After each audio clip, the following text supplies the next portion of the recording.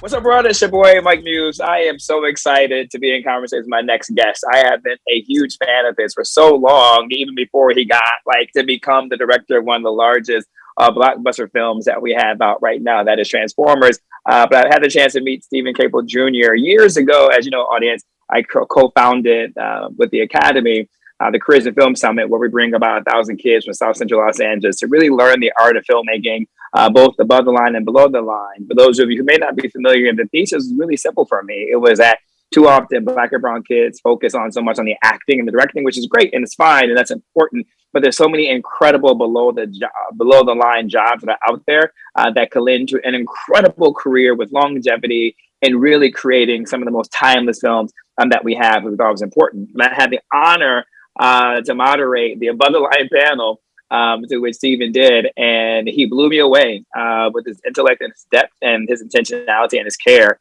And since then, he's gone on to make some incredible films such as Creed 2, but also too recently, the Transformers: Rise of the Beast was just clocked in over $170 million. So without further ado, what's happening, Stephen? Hey, a great intro. Man, only I do is speak facts, brother, man. How are you feeling $170 million later after the opening weekend? What, 170 million is not my money, so it's a little different. But it feels really good. I think, it feels really good. I say that because I haven't been able to really let it digest it. We just got off the press tour and I just had a newborn, my newborn baby. Congrats. So I kind of jumped. Thank you. And so I jumped right into fatherhood. When the movie was out, I was, walking her around the block and hanging out. So I kind of tuned out. But popping up Monday and getting all the calls from the studios, very enthusiastic, definitely felt good. And hearing that the whole team is proud and the world is, really taking it in. The audiences, fans are really loving it. And I think that's what matters to me the most. It's so exciting. I got to be honest with you, Stephen, audience. So I've never interviewed a director. Stephen, as you know, I prefer to interview directors over actors, anyone else. And so my audience knows that. And so, audience, I have never interviewed a director post the movie coming out. Stephen is always interviewing ahead of time. And audience, there was just a major glitch up to where Stephen and I's schedule just got turned around. But we had to do it after. And so this is new for me, Stephen, to be honest with you, right? And so I always read the box office reports the Monday after the movie comes out. And I'm always looking at the numbers, how well they do in comparison to others. And so that's why I was just really curious about how does this feel in this moment? Because although we say numbers should matter, it's about the quality of the film and the art of the film, and that it is. But when you are dealing with such a franchise property, you're dealing with the budgets that you're dealing with, right? And other things that we can't separate, being a Black man at the helm of this, right? And so numbers unfortunately matter in terms of how we have to talk about it. 100%, and one, congratulations on the first interview post, movie coming out. But now we can talk about spoilers and everything. I think what it is, though, to answer your question, Mike, I think what it is there is a number chase game, right? Studios and everyone wants to make sure that we make our money back. And your goal is for that as well, right? To make sure that people go out and check it. But there's a certain point as a director where your job is done, right? And now that can be, it could be it, especially now with this climate, whether or not a movie goes well or not can be at fault to anything, right? It can, you just don't know. It could be powers beyond you in terms of who actually comes out to the theater to go check out your movie that week. I think for me, the crazy part is this past weekend, 3 weekends in a row, Little Mermaid, Into the Spider-Verse, and Us, and the fact that people still showed up for Us and didn't have movie theater fatigue, that's what's crucial in this whole thing where I'm wow, that's crazy. One, no, I don't think this ever happened before where the leads of these $100-200 million plus movies are all Black and brown and they come out back to back to back. We usually get one every summer, two every summer, one every year. You know what I mean? Yeah. Maybe at this sort of scale. So that was huge, and still be all 3 movies rocked out at the damn theater. What does that tell you? So that again goes a long way. It means a lot.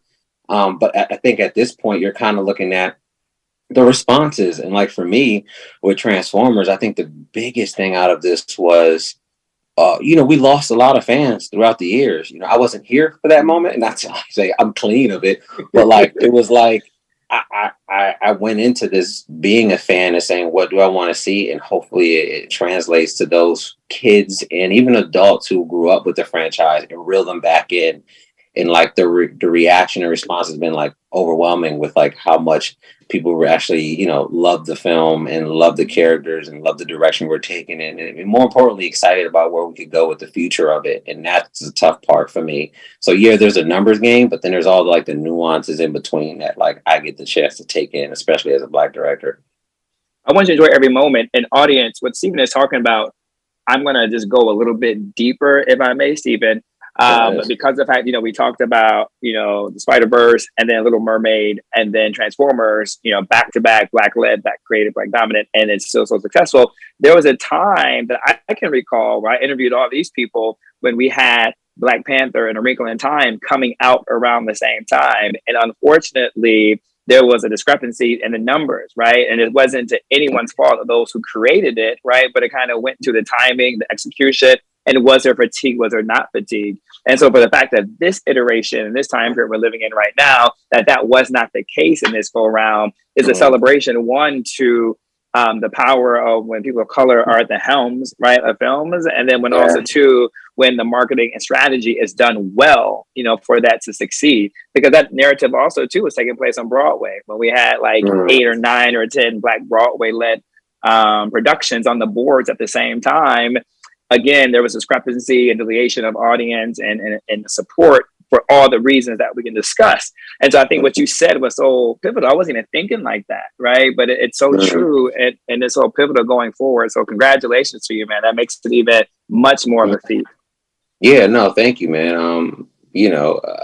Another small victory, historical win, I think, for us, but like it just demonstrates how, our stories are our stories and they can still be universal, that we can get as specific as having a character named Miles Morales, Noah Diaz, and then, Ariel be Black and go, we can still do great numbers in Singapore, China, like these different places across the world. Like it's not just targeted towards like just one area or one demographic. Like people would watch our stories and share it and relate. And that's cool, man. I love it.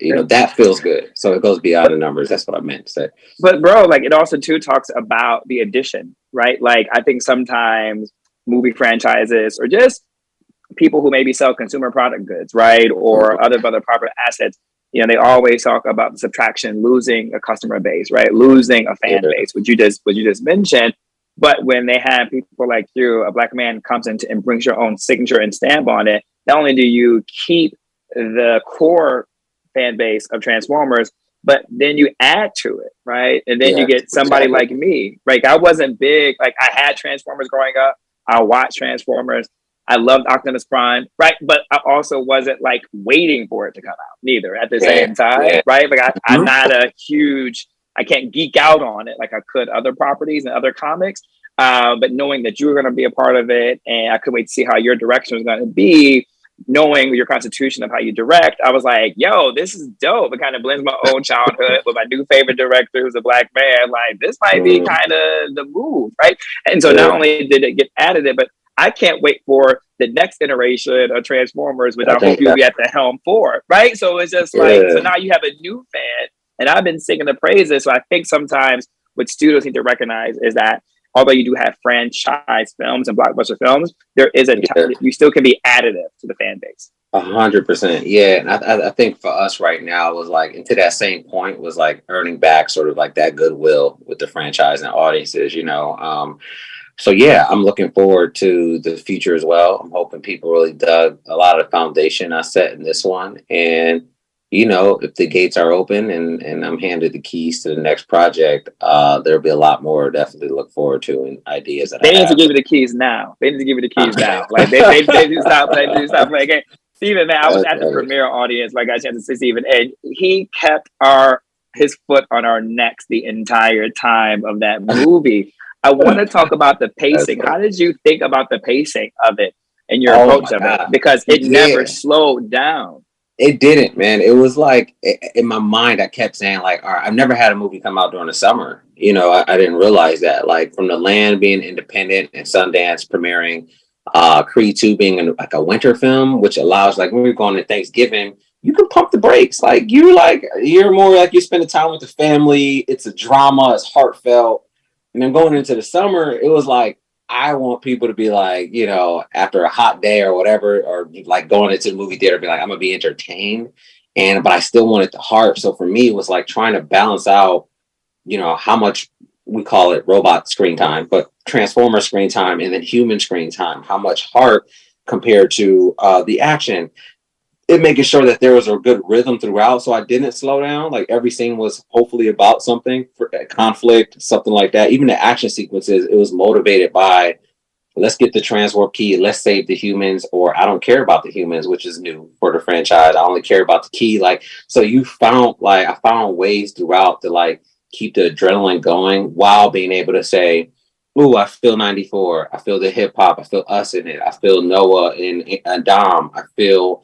Optimus Prime being different. I feel the Maximals, but like we didn't spend too much time, I would say, like slowing down the movie at all. I wanted to be it's probably the shortest Transformers movie to date. Like I think one of the things too that people probably got in the other ones, like the other ones were like 2.5 hours long and 2:45, and like there's only so much you can handle with robot fighting, right? So for me, I was like, we were at an hour 57 before the credits. The credits are super long because all these great people who did the project. So yes, the extra 10 minutes are credits.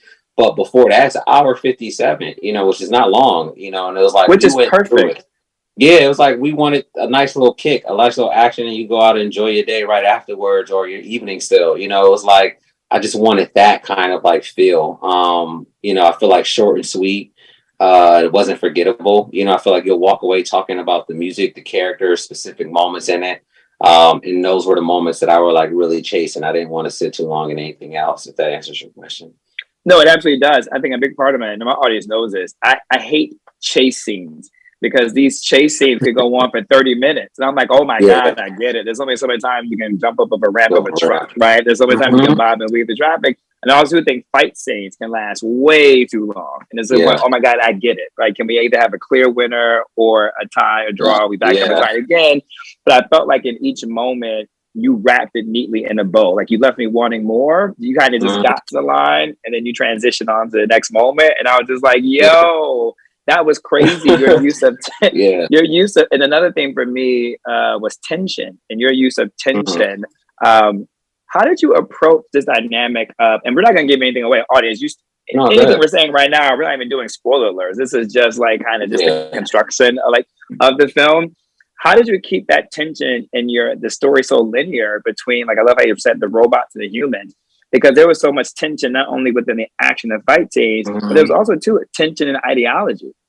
Yeah, I mean, like it was the themes themselves were very much themes that we all experience or relate to, right? Like at certain points, it becomes like, do you understand another person's sort of being, race, whatever theme you want to attach to it? It just felt like Optimus wasn't familiar with Earth and these people, without him saying these people, it was just like, who is this guy, And the same with Noah, he's been sort of, and Dom, right? They both had Elena's character, played by Dominique Fishback.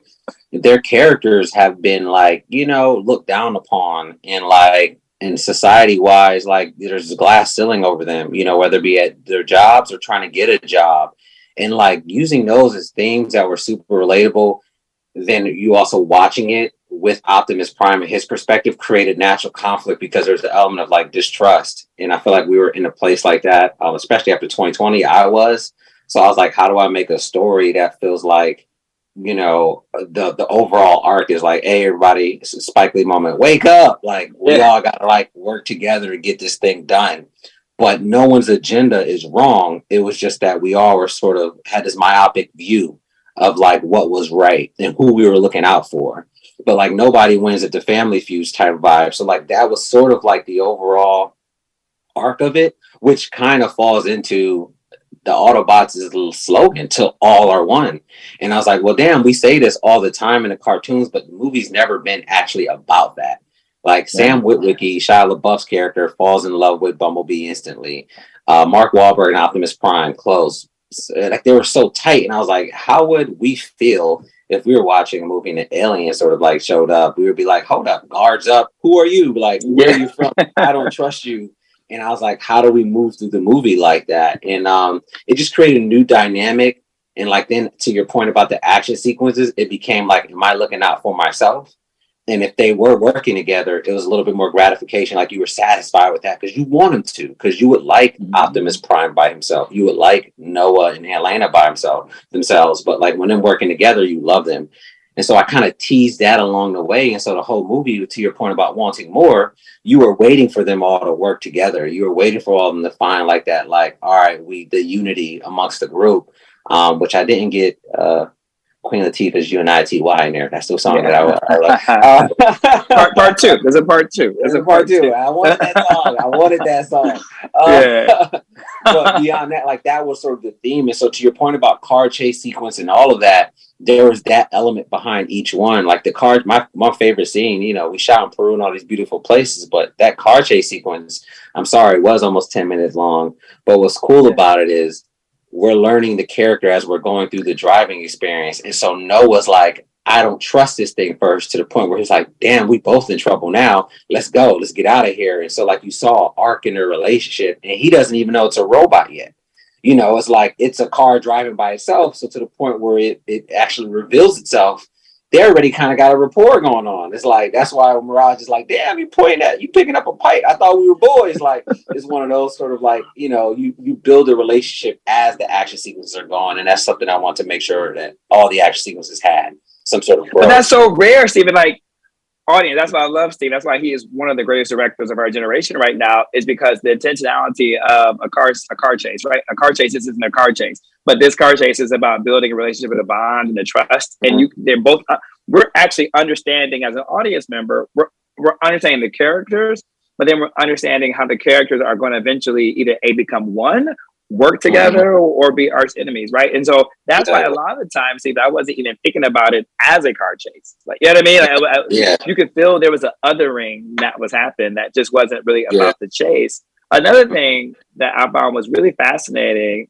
and I'm curious, as you guys were constructing and thinking about the dialogue or the editing of it, there is a lot of social issues in this movie, but I think when a movie is done well, that has social issues as like a bent to it, it's not in your face, right? And that's what I love about films and pop culture. When it's done well, it moderates without throwing it in your face, right? To be so direct with it. But you guys had stuff like protectionism, right? Like gender biases, right? Like believing Black women taking credit for Black women's work, right? Like there was like IP associated with it, right?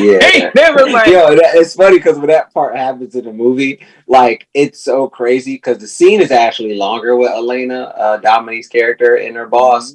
But it was just one line in there that kind of ended the scene because I wasn't sure, like I didn't know people were going to laugh. But when she says like, okay, guys, I figured it out. Like she turns around, like it got such an audience reaction that I was like, I think we gotta end the beef between. Like it felt like that was enough said, and I just felt in our test screenings, you can feel it in the room, especially more women like, oh, we've been there before. I'm like, you know what, they got it, and it's funny, we got it, and I think to your point, sorry not to cut you off, but like going into the script, those things weren't in the initial script for sure. I got the script. It was Peru, New York. Optimus Prime, and the world is going to be at stake sooner or later. Like that was really like the gist of it. So everything from like Noah's, his little brother, the comment on healthcare, even sickle cell. I know it's predominantly Black. He's Latino. There are brown people who are suffering from it as well. But it was just small stuff that I had cousins and family members. I'm like, if I'm going to do this, I want to implement like what I've experienced in this film in the smallest way. It just has to do with their art.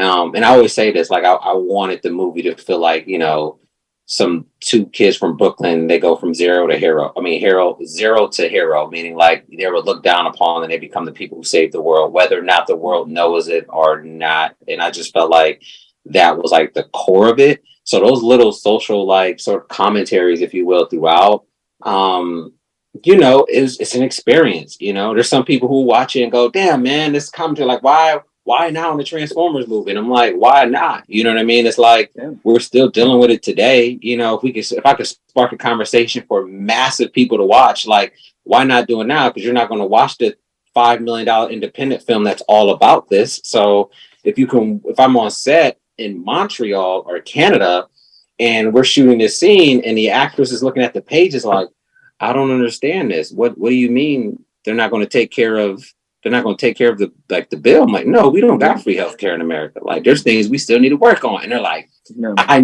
we know this, but damn, now she has to live in that moment. And I'm like, look at this on Transformers. You know what I mean?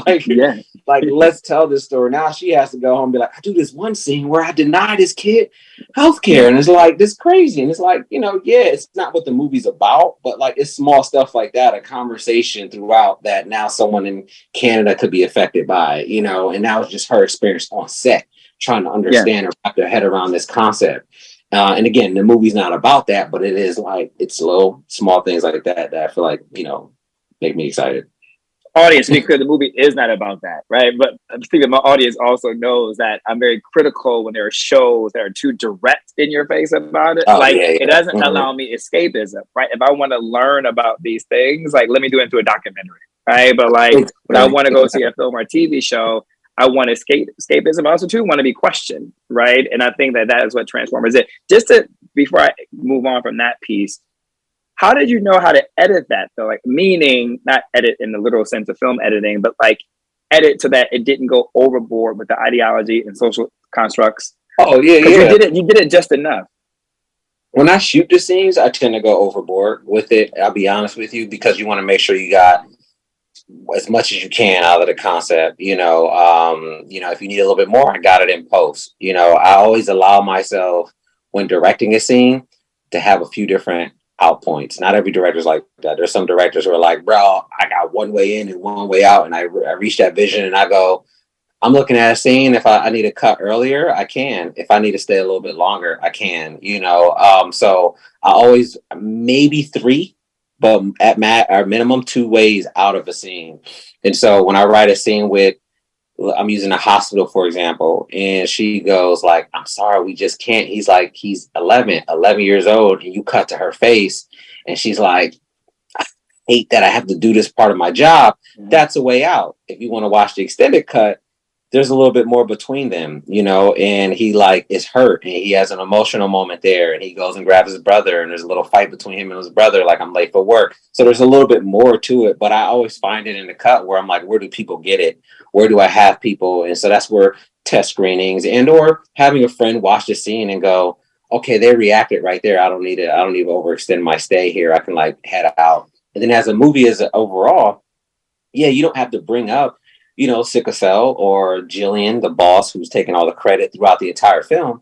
Now the journey goes on. You can switch the conversation a little bit. Like, we already know she's being used at work.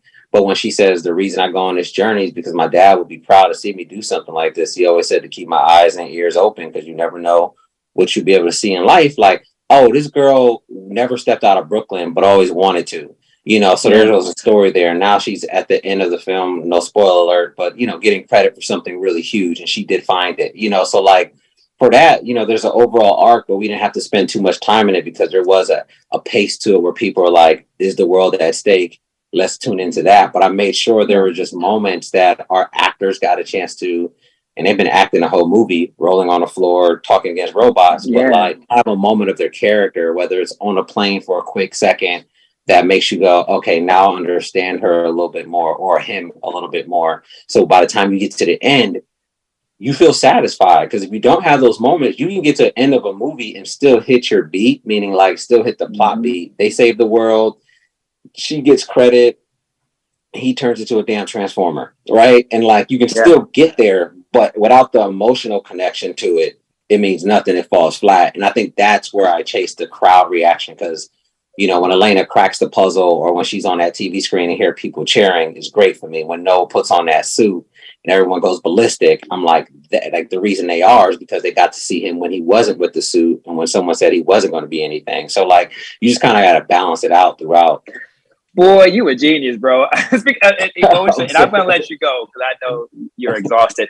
As I let you go, though, I can't help. I can't help think about the music, and you said Mhm. emotion. You know, music evokes memories, feelings, places, things. You know, there's emotional to it. So not only did you create this emotional being through characters, but the music helped drive so much of this. Like, what was your Mhm. approach to the use of music? Because for me, Steven, Yeah. music was damn near, if not a secondary character, a primary character to this movie. No, it was huge. Sometimes I'm like, I always wonder if like, did I go overboard with it? Nah, you did. It was I, perfect. There's a yeah, scene, audience. Let me cool. tell you real quick. If I can Tell interrupt me. you, audience. You Oh, got to go see this with friends. Like, this is mm, a film. Like, you know, audience, I've said before, I prefer to watch movies at home. Steven's gonna be mad by me saying that, but this is a movie you have got to go to theaters with your friends and watch it. One or more, mhm. two or more, three or more is even funner. Maybe even Yeah, pregame, make it even more fun. Because when I was in my true. seat at the premiere with my homie, we were like rocking in the seats, elbowing each other. And I'm not going to tell you the scene, but it was when the main characters returns and Oh yeah, yeah, the yeah, cargo yeah, plane opens up and yeah, that yeah. beat drops. Audience, we Oh, went man. buck wild and lost our Yeah. minds. I mean, how did you think about this? We You're should have a damn recorded the DJ audience, as too. man. We Yeah. should have recorded. Like we had people standing up in the front, and I was like, "What is going on?" Felt like you were at like the Apollo in the '90s, and like somebody told a Yo, great joke. I was like, "What is happening?" it It reminded felt me of good, Times man. Square on a Friday at the AMC in Times Square on a Friday. That's what it felt That's what like it back in the was. day. Back in the day. Oh no, I love that reaction. So like that particular song, I'll talk about the music overall, but that one I didn't know until post. So I wasn't. It wasn't until I was editing the movie and like we storyboard that sequence and we cut it up. And when it happened, the song just kept coming to my ear. It was just like, "Don't call it a comeback." I was like, "Oh my god!" I was like, "Don't call it." I was like, "Can we get this song?" Like, and we put it into play, and the song cost so much money because of the sample, because of LL, all these other different factors. So we're like, damn, we weren't sure if we're gonna get it. So what I did was like, if you watch the movie, spoiler alert, B settles down on how much music he uses in his movie, so we can have that one moment. So he's using a lot of movie quotes throughout the film because this one moment hit so heavy that I'm like, I want to save the money to get this track. So fans, Bumblebee, I never Brilliant. said this out loud. Bumblebee uses a lot of movie quotes, and he actually has one really cool quote. I never actually told anybody this, but Lucas from Make the Wish, this kid who loves Transformer, he actually gave a Bumblebee line. So we used one of his, maybe two of his lines to him in the film. That was his dream. So we gave him a Bumblebee line. But all that helped to save for the LL song at the end of this film. Everything beforehand, I had a playlist. Like, it was like I love the '90s. I love the music, R&B specifically. '90s R&B is like, oh my god. So for me to have SWV and these other things in there, I wanted to fit Janet in there, but it was tough too. But I got some of her posters on the wall. I went through like one of my favorite songs. Then I make a playlist for every scene and I distribute it to the actors, the cast, the crew. So everyone's in that tone. Sometimes I'll play it on set, like Wu-Tang Cream. We play that on set. So everybody got the vibe. So now the camera guy's moving in a different direction because he's like, oh man, like this is the song. Like everyone's in a groove and it helps. And so when post, you add the songs and they just pop and they fit perfectly, and the car chasing with Black Sheep and stuff like that. Diggable Planets, like those tracks I already knew. So when we were on set, I'm like, this when you go through the door, when you first you hear the horns. When you go through the door, then you're gonna hear the drums. When you go to the laundry room, then this is gonna add. So it was like a score, but with that one track, and it just kept adding on. So like it's stuff like that I knew we Sick. were gonna use. Yeah, but then there were other things that we just found out in post, like SWV. Like I didn't know we were going to do until I saw Elena on screen. And I was like, man, she's beautiful. The scene is beautiful. I needed energy, but like, I can't have Tribe Called Quest over her. I couldn't find the track. I tried Queen Latifah, UNITY, but it didn't have like the movement that Elena was giving. And so that's when we went R&B with it and it just like rocked. So it's like different stuff like that helped throughout, but it's homage to a great era of music. That's really what it is. Audience, do you see what DJ Steve just did? He's literally talking about he's a director slash DJ. Like the way you just hyped that up, it makes me want to go see it again. Audience, Oh but that man. was the energy and the vibe of it. Steve, I could talk to you all day. I honestly just want to say, an audience too. Thank you so much for coming on and for redoing and be willing to come back on for the Mike Muse Show, man, because audience, it's so hard to be on press and doing a press tour, stop it, and then start cold turkey just for like one show. So I do appreciate you, man. That means so much to me. And I would love for you just to, I'm not an actor. I have no interest in acting, but if you can just do like one episode of the Mike Muse Show, man, I'll be honored, man, because your vision is sick, right? Like, I can't act for you, babies. I can't be in one of your films, man, but just do like a 30-second like advertising trailer for the Mike Muse Show one day, man, because you are away, bro. Hit me up, man, for sure. But always with great people, I'm down for it, man. And thank you again. And being an advocate and supporter from like, you know, the day oneers, you know, it's before Transformers. So appreciate it and everything that you do. And you kill it every time, man. So thank you for having me on the show. And thank you, man. I love you, man. Congrats, man. Get some rest. You deserve it because it's time to make part 2. I appreciate it. All right, man. Please take care, Steven.